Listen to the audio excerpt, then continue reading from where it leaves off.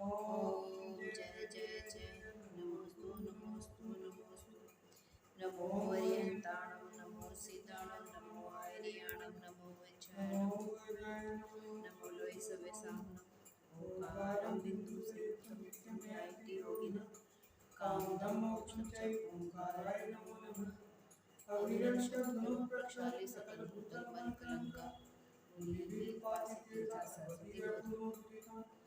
अज्ञानतिमिरान्धनं ज्ञानाञ्जनशलाकया चक्षुरुन्मीलितं येन तस्मै श्रीगुरुवे नमः श्रीपरमगुरुवे नमः श्रीमदाचार्य श्रीगुरुवे नमः सकलकलुषविध्वंसकं क्षेत्रां परिवर्तकं धर्मसम्मानकं वर्गजीवमनः प्रतिबोधकारकं शास्त्रति पाण्डवानां देव अस्मै बुद्धंकर्तारः श्रीसर्वज्ञदेव सर्वगणकर्तारः श्रीगणधरदेव प्रतिगणधरदेव तेषां सुसामाज्ञं तेषुच्चल आचार्य विनिचितं सर्वे श्रोतारः साधुवन्तः सर्वं मंगलम भगवान वीरो मंगलम पद्मगणि मंगलम कुंदाद्यो जैनतम सर्वमंगलम सर्वकल्याणकारकम प्रधानम सर्वधर्माणां जैनम जयतुशासनम जैनम जयतुशासनम जैनम जयतुशासनम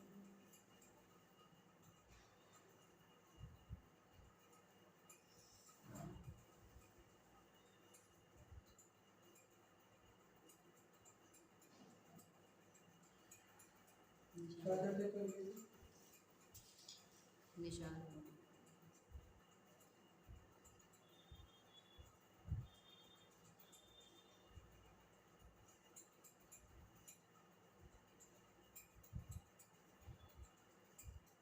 अच्छा, एक तो ये चल रही थी कि उन्होंने उसको स्वतंत्र कराते थे दुर्योधन को पकड़ लिया था ना। हाँ ठीक है ना। तो ये आया था कि युधिष्ठिर के पास जाकर अर्जुन ने उसकी पत्नी ने जब याचना करी तो भानुमति के कहने पे उसे बंधन मुक्त कराया युधिष्ठिर ने। कि उदारता के बदले दुर्योधन ने युधिष्ठिर की बहुत स्तुति की, उन्हें प्रणाम किया। युधिष्ठिर ने भी उससे कुशल पूछा। इसके उत्तर में दुर्योधन ने कहा, ना तुझे बंधन का उतना दुख नहीं हुआ जितना छूटने का हुआ है। यह कारण मुझे बहुत ही खटकता है, क्योंकि इससे मुझे नीचे देखना पड़ता है और नीचे देखना पड़ेगा भी। महाराज, मान भंग के दुख के बराबर प्राणियों के सुख का घातक दूसरा कोई नहीं है। यही एक संसार में भारी दुख है, जिसके मारे जीव जीते जी मरे जैसे हो जाते हैं। इसके बाद युधिष्ठिर ने उसे नरक भेज दिया। यद्यपि वह सकुशल अपनी राजधानी में पहुंच गया, परंतु उसके हृदय में मान भक्त का शल्य भाले की नोक जैसे चुभ रहा था।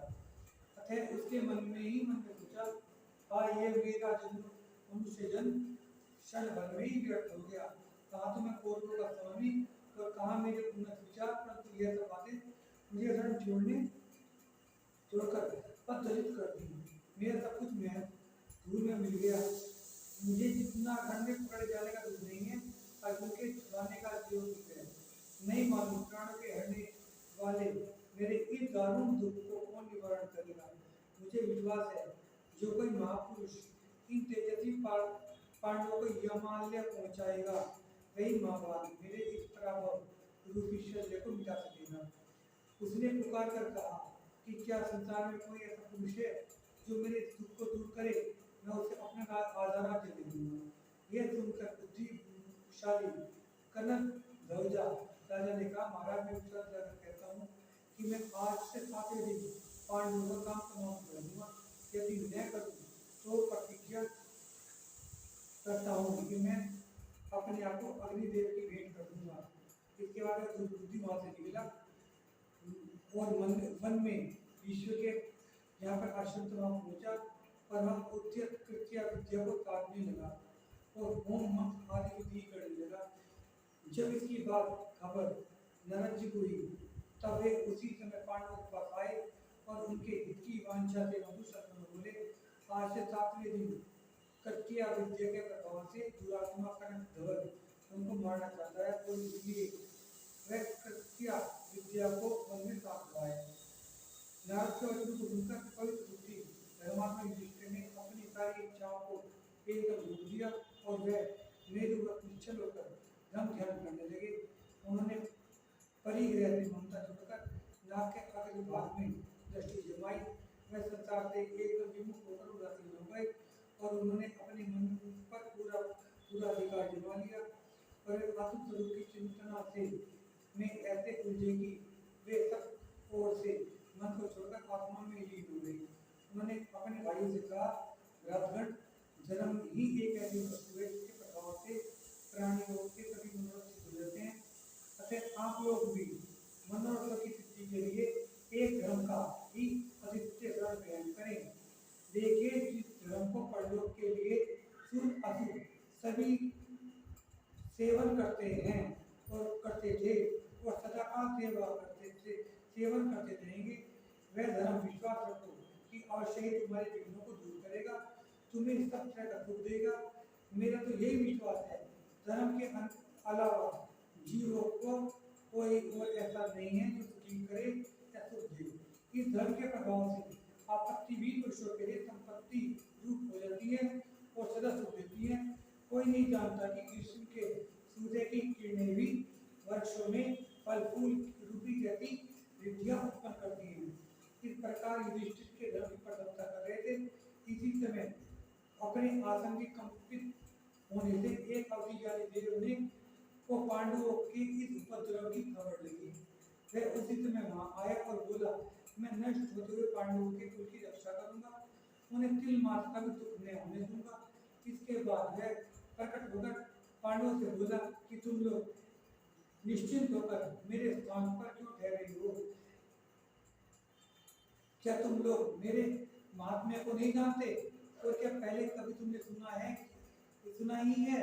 देखो, मेरा महात्म्य ऐसा है कि मेरे कोप के मारे पर मनुष्य पृथ्वी पर एक क्षण भी नहीं टिक सकते। इसके बाद वह विशुद्धात्मा ने द्रौपदी सती को हर लिया। उसके द्वारा द्रौपदी को हरी गई देखकर पांडवों को भारी क्रोध आया और वे उसे मारने के लिए पीछे भागे। उसके साथ ही नकुल और सहदेव क्रोधित होकर उसके पीछे देखते यह कहते हुए दौड़े कि दुष्ट द्रौपदी सती को कहाँ जाएगा? अब तो तुम मरा हुआ ही समझ, काहे को इतना भागना फिरता है?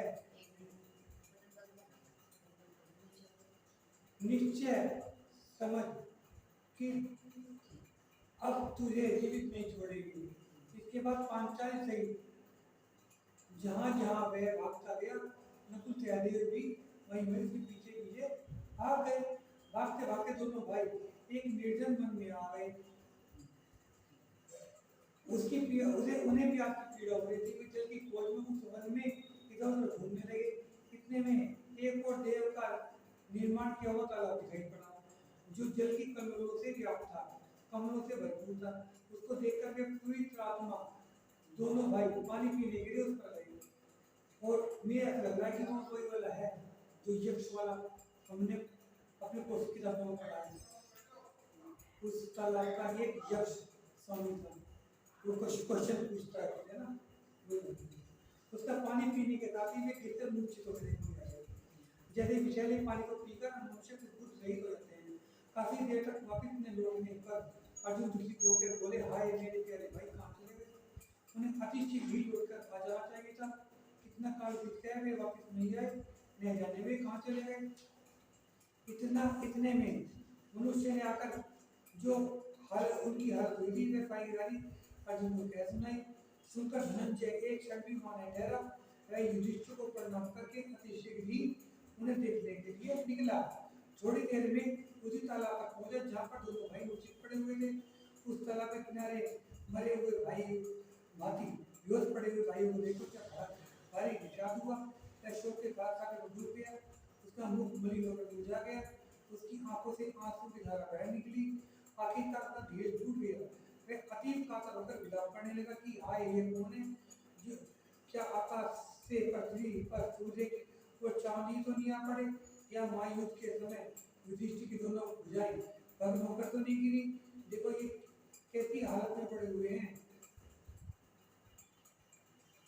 महायुद्ध के समय युधिष्ठिर की दोनों भुजाएं भग्न होकर तो नहीं गिरी है। देखो ये कैसी हालत में पड़े हुए हैं। इन्हें देखकर तो मेरा हृदय फटा जाता है। वह बिल्कुल धीरज नहीं डरता। आए मैं यहाँ से कहाँ जाकर इस संबंध में बड़े भाई को क्या उत्तर दूं? इस प्रकार का उसने विलाप किया। उसका जब हृदय को शांत हुआ, क्रोध में आकर उसने भयावह स्वर में सारी दुष्टाओं को शोभित करते हुए कहा, जिस दुष्ट आत्मा ने मेरे परम प्यारे भाई को मारा है, मैं उस दुष्ट को अभी यम मंदिर में का अतिथि बना देता हूँ।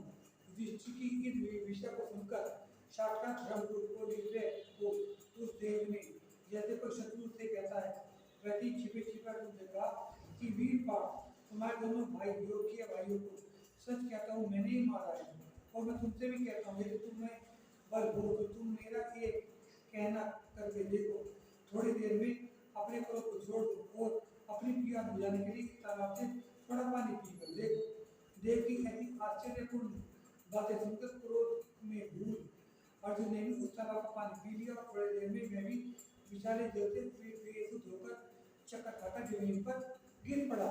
उधर वहां बहुत काल तक पार्थ भी न पहुंचा तो खेत होकर युधिष्ठिर ने भीम से कहा, भाई मालूम नहीं पड़ता अर्जुन को इतना विलंब क्यों लगा, तुम जल्दी जाकर वहां जहां हो जो युधिष्ठिर की आज्ञा पाकर जगत को प्रसन्न करने वाला भीम उसी समय वहां से चलकर 5 परागे से पृथ्वी को कंपित करता हुआ वहीं जा पहुंचा जहां पे तीनों भाई बेसुध पड़े थे।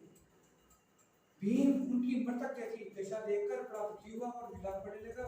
उसकी वह दुख में अवस्था न तैयार करने के कारण उसका हृदय टूट गया। वह देव को उलाहना देने लगा कि राक्षस ने यह क्या अनिष्ट उपस्थित कर दिया। आज जान पड़ता है कि मानो मेरे भाई ही नहीं मरे, समस्त लोग ही नष्ट हो गया है।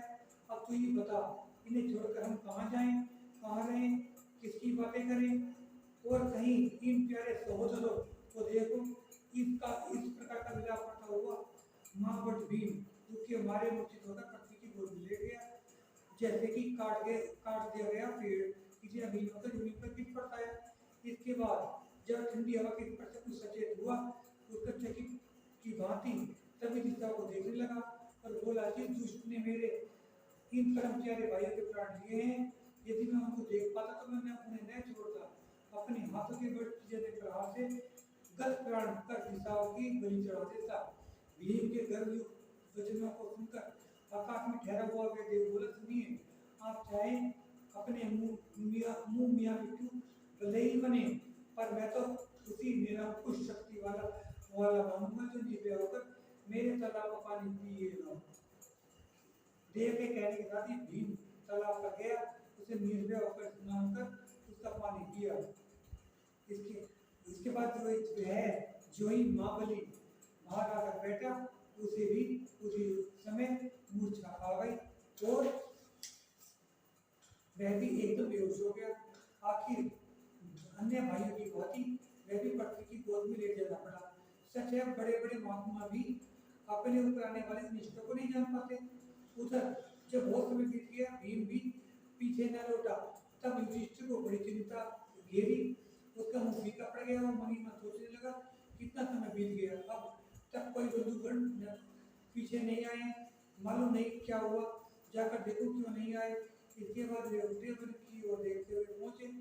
वहां उन सबको मुझे देखकर उसे भी मूर्छा आ गई। इसके बाद वे जब सुध में आए, विलाप करने लगे कि बंधुगण, जान पड़ता है कि आप लोग इस तालाब का पानी पीने से मूर्छित हो गए हैं। खेद है, सड़ी चीजों के लग जाने पर घुन इन वर्ष जैसे खंभों को लग गया है। आज इन पांडव का सर्वनाश हो गया है। अब दुष्ट और क्रोध के भंडार युधिष्ठिर की खूब बन पड़ेगी।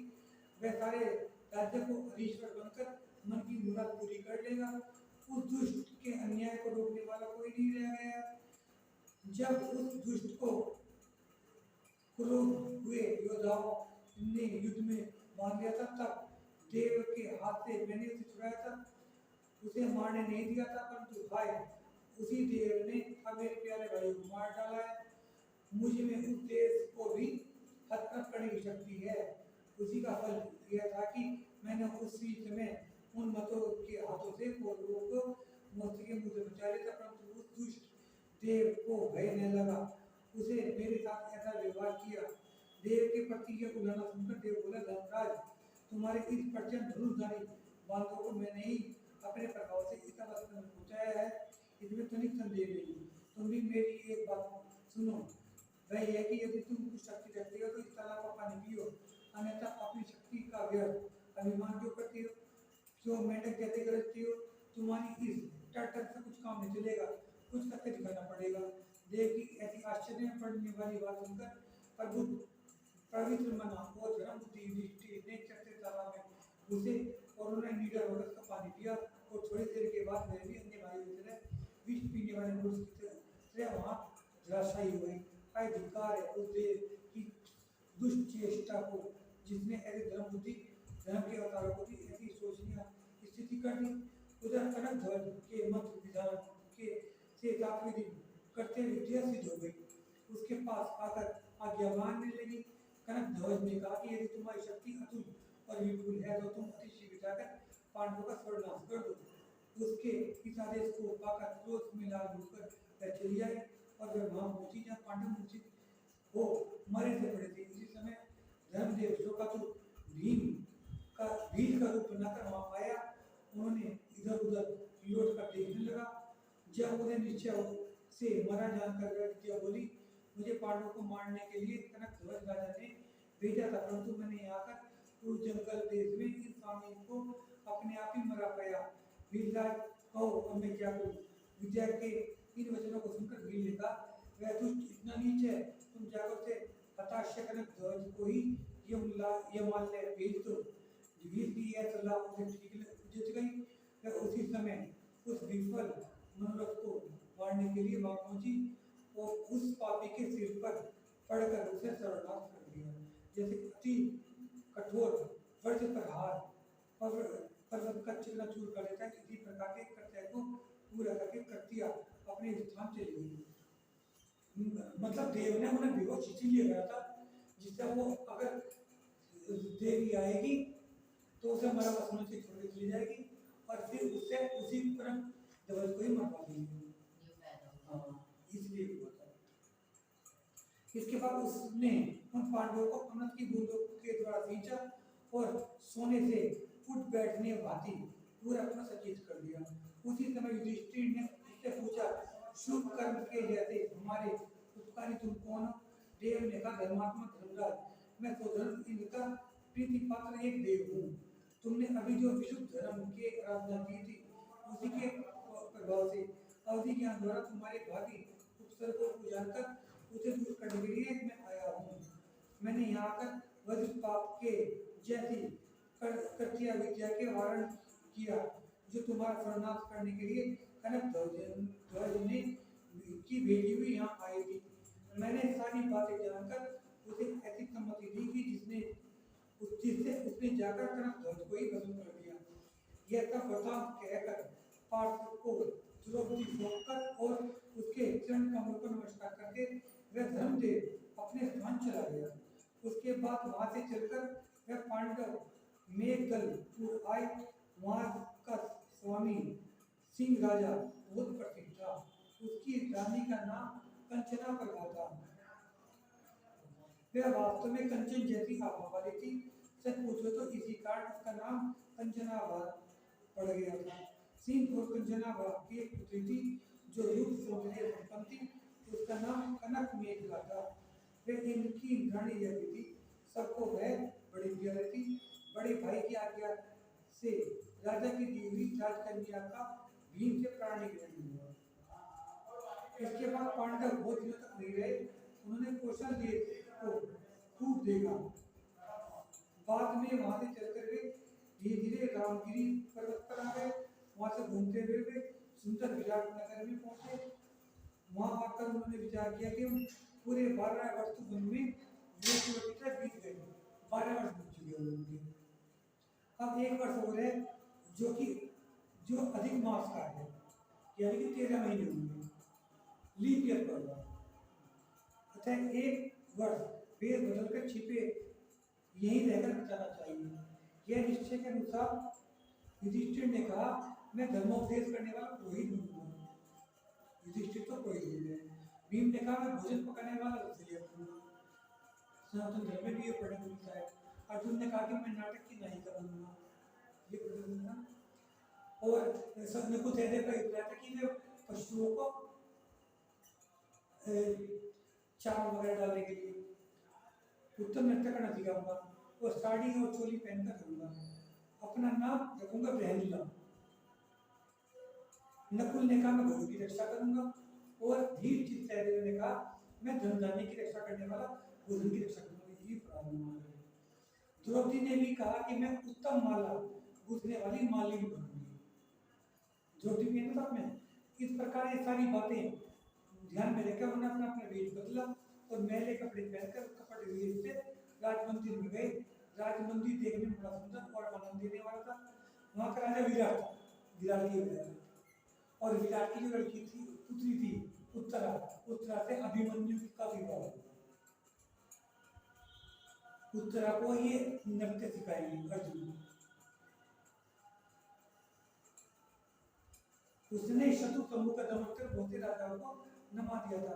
वह बहुत से राजाओं के द्वारा पूजा जाता था।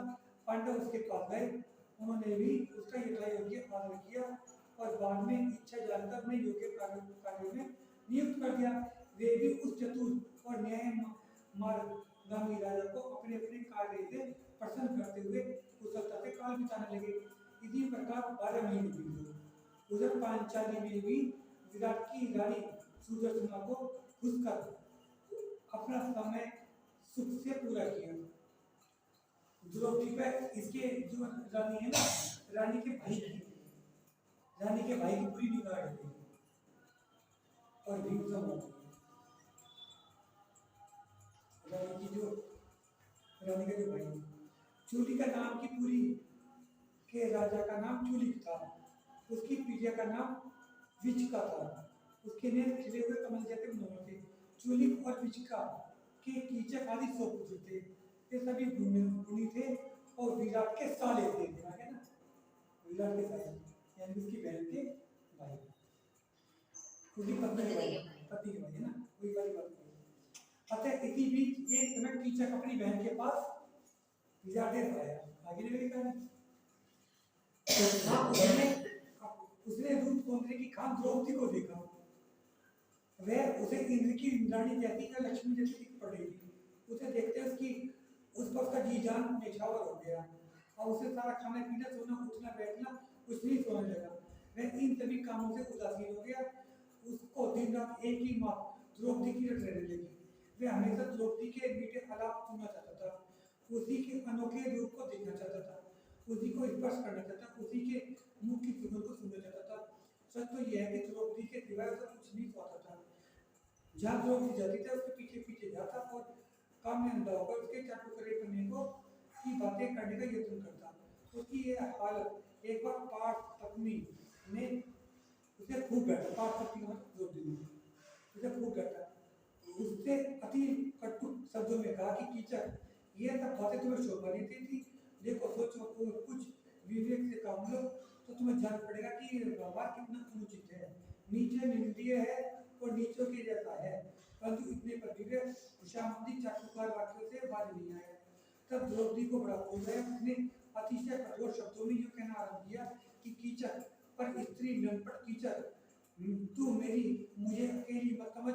मैं अकेली नहीं, किंतु मेरे साथ अद्भुत पराक्रम वाले 5 गंधर्व हैं और देख कहीं उन्होंने तेरे इस शुद्ध बर्ताव, शुद्ध का मतलब छोटा, शुद्ध बर्ताव को जान लिया तो संदेह नहीं कि वे तो क्षण भर में ये माल्य का अतिथि बना देंगे। इस पर कीचक ने मुस्कुरा कर कहा, द्रौपदी, प्यारी द्रौपदी सुनो, जिन 5 गंधर्वों का तुम्हें अभिमान है वे मेरे कुछ भी नहीं कर सकते। मेरे पास अनेक हाथी घोड़े आदि सेना है। मेरे पास इतनी शक्ति है कि मैं चाहूँ तो तुम्हें जबरदस्ती तुम्हें भोग सकूं, और मैं ऐसा नहीं करना चाहता, ठीक नहीं समझता, अपनी प्यारी को कष्ट नहीं देना चाहता। सुंदरी, अब विलंब मत करो। देखो मैं बड़ा दुखी हो रहा हूँ, अतः कृपा करके मेरे इस दुख का इलाज करो। प्रसन्न हो प्यारी, अब मैं तुम्हारे साथ रमने के सिवाय जीने का और कोई उपाय नहीं पाता हूँ। अतः जैसे उचित समझो मेरी रक्षा करो। इसकी नीचता का शीलवती कुछ उत्तर न देकर चली गई। इधर कीचक भी काम के शरों के मारे मूर्ते जैसा होकर पड़ा।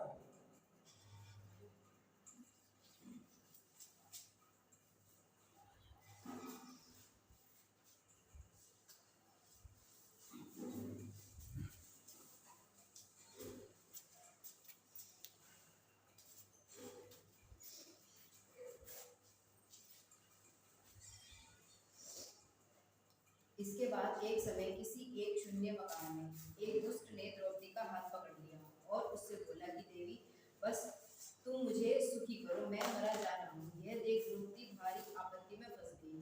उसके ऊपर मानो वज्रपात हुआ, परंतु फिर भी हिम्मत बांधकर वह वीर नारी उस दुष्ट के हाथ से उस समय भी छुटकारा पा लिया। इसके बाद वह रोती हुई युधिष्ठिर के पास आई। वहां आकर उसने उस दुष्ट के सारे दुष्कृत्य को युधिष्ठिर से कहा और बोली कि हे देव,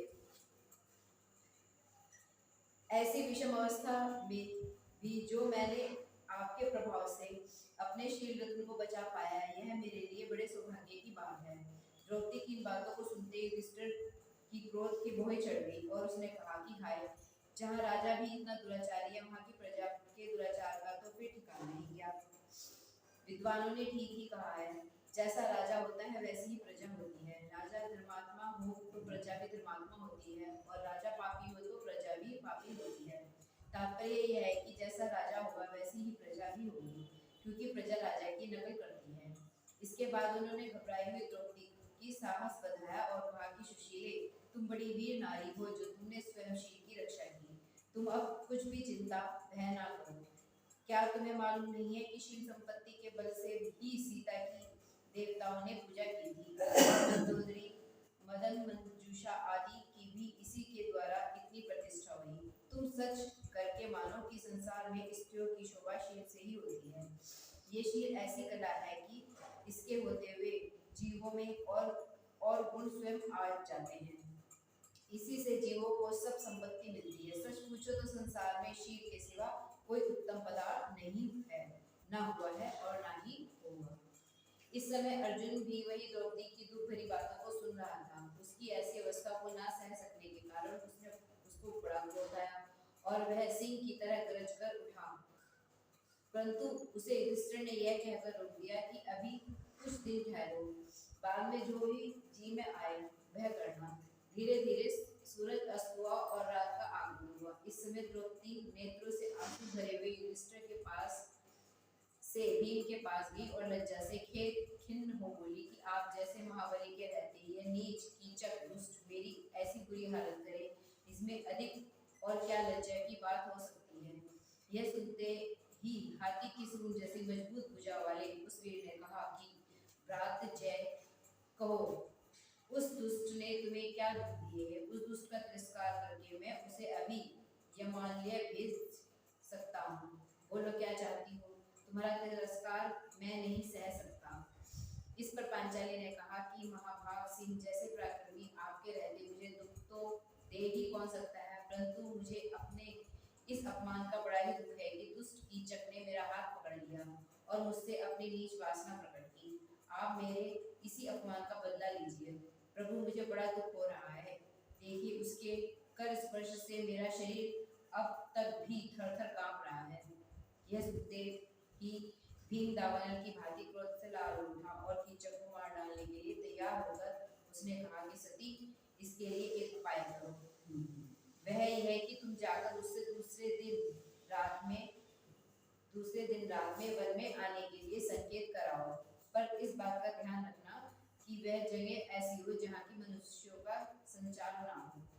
इसके बाद द्रौपदी भीम के कहे अनुसार कीचक के पास गई और उसने काम से पीड़ित हुए उस कपटी से कहा कि मैं आपको चाहती हूँ, अतः जो जगह आपको रुचे आप वहीं आ जाने के लिए मुझे संकेत बताइए, मैं वहीं आ जाऊंगी।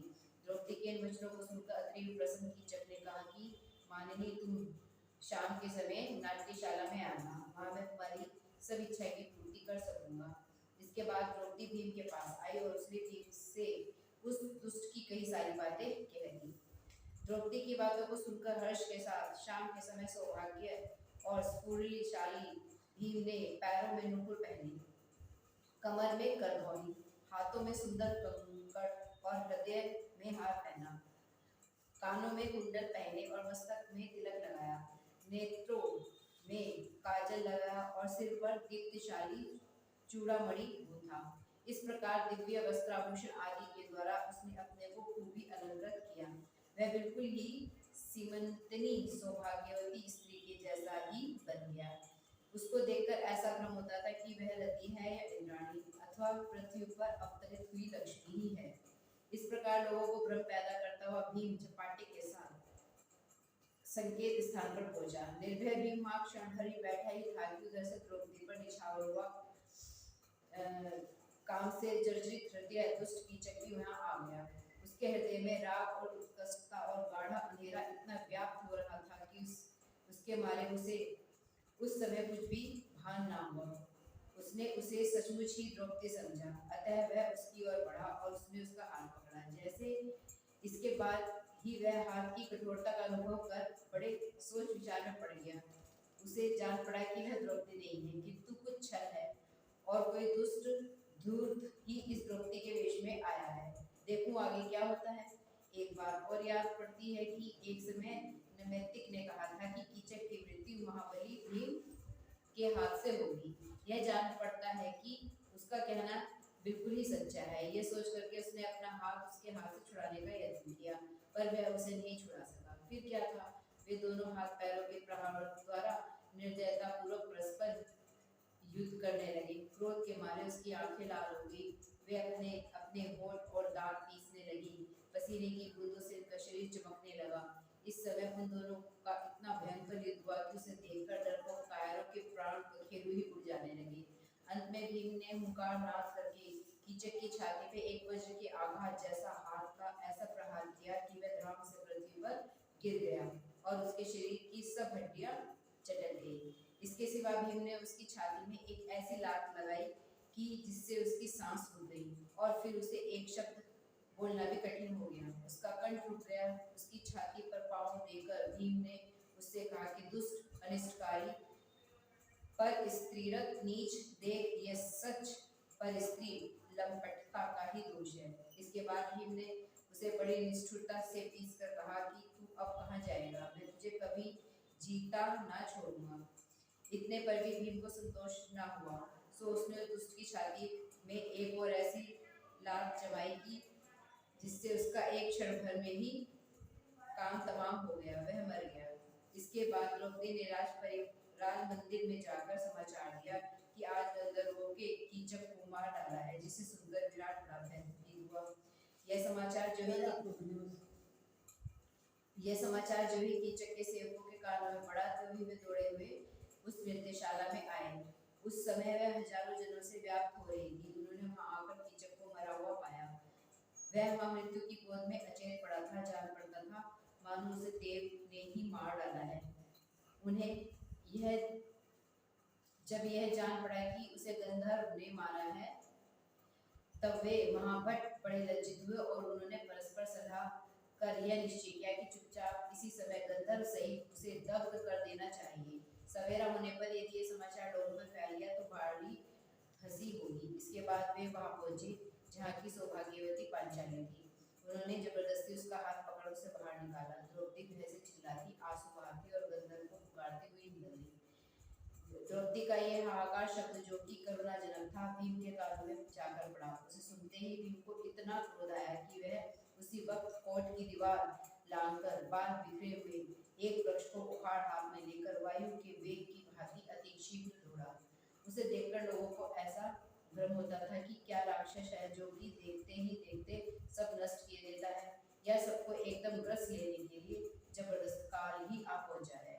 इस समय जो ही उसे कीचक के भेटों ने इस हालत में देखा, त्यों ही वे सब उस मुर्दे को वहीं छोड़कर भय से चकित हुए अपने प्राणों को लेकर जिसे जिधर जगह मिली भागे।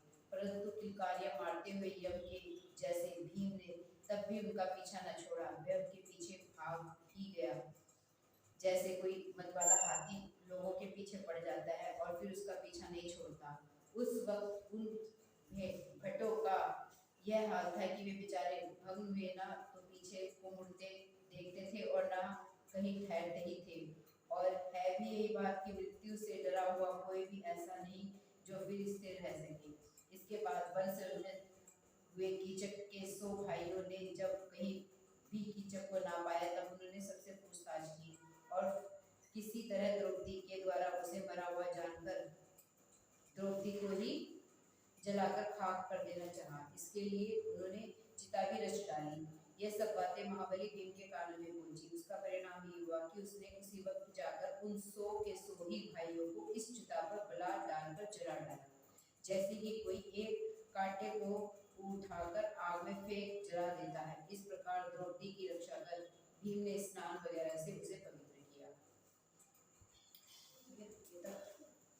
जामानी के ज्ञान से सूझे उगालो, सोमानी मस्तक सदा देखो, ए जगमानी भारती तो ये जगुदिन रहे, जो तेरी शरणा गए सो पावे सुख चैन। जिनवानी माता की जय। जय जय।